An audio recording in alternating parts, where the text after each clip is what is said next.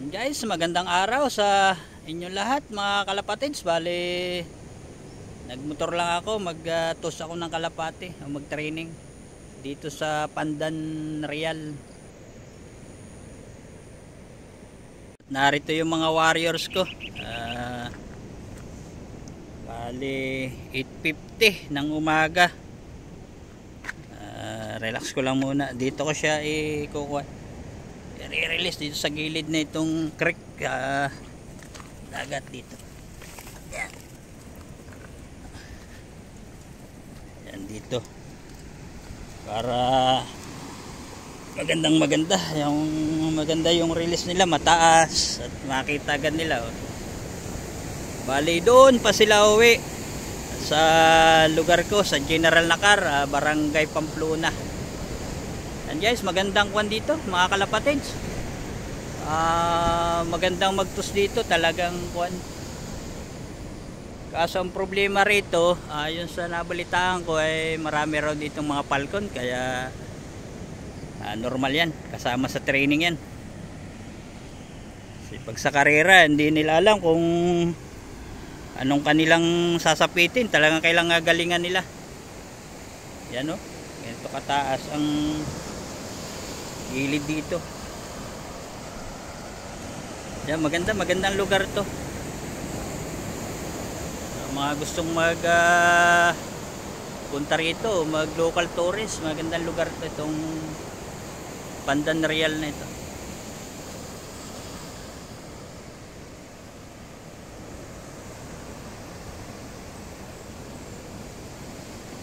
Bali siyam itong aking titraining dito at titingnan natin kung makauwi sila. Kasi malayo-layo rin to eh. Relax muna kayo, relax.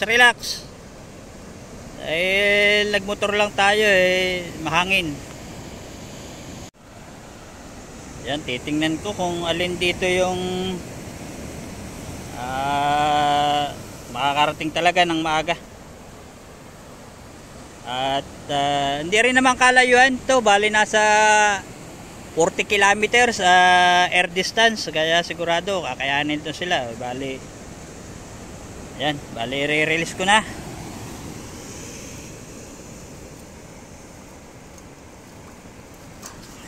Yan, sipad. Bilis nila oh.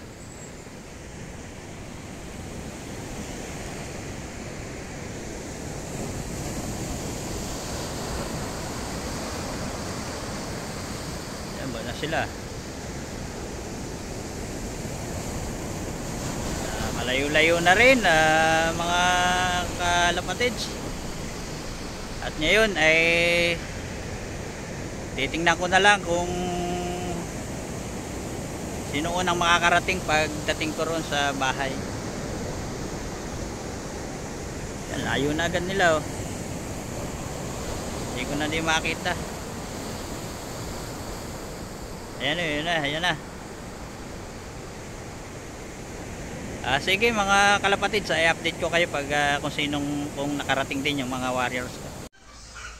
Ayan mga kalapatids, bali narito na ako sa loop ko. Bali 1 hour din akong nagmotor. Nagmaneho ng motor. Bali may nakauwi na ngayon. Yung siyam na inihagis ko, may nakauwi na ngayon. Yun yung black na yun, malapit sa pugad.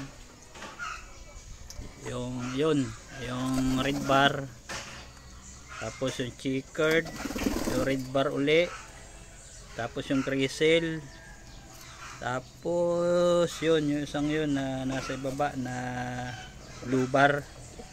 Bali 1, 2, 3, 4, 5, 6. Bali may hintayin pang 3 dahil siyam sila. Ayan, bali yun yung mga mabibilis na nakauwi.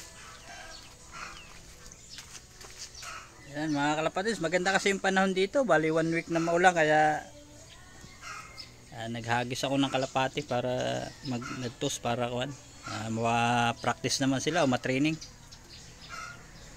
Ayan.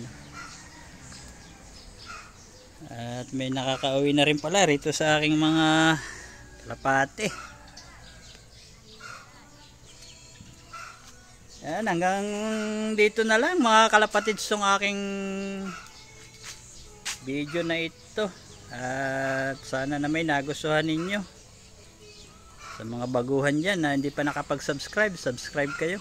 At pindutin din yung notification bell para na-update ko kayo sa aking mga ina-upload na mga video. Maraming salamat sa inyo mga kalapatids. God bless.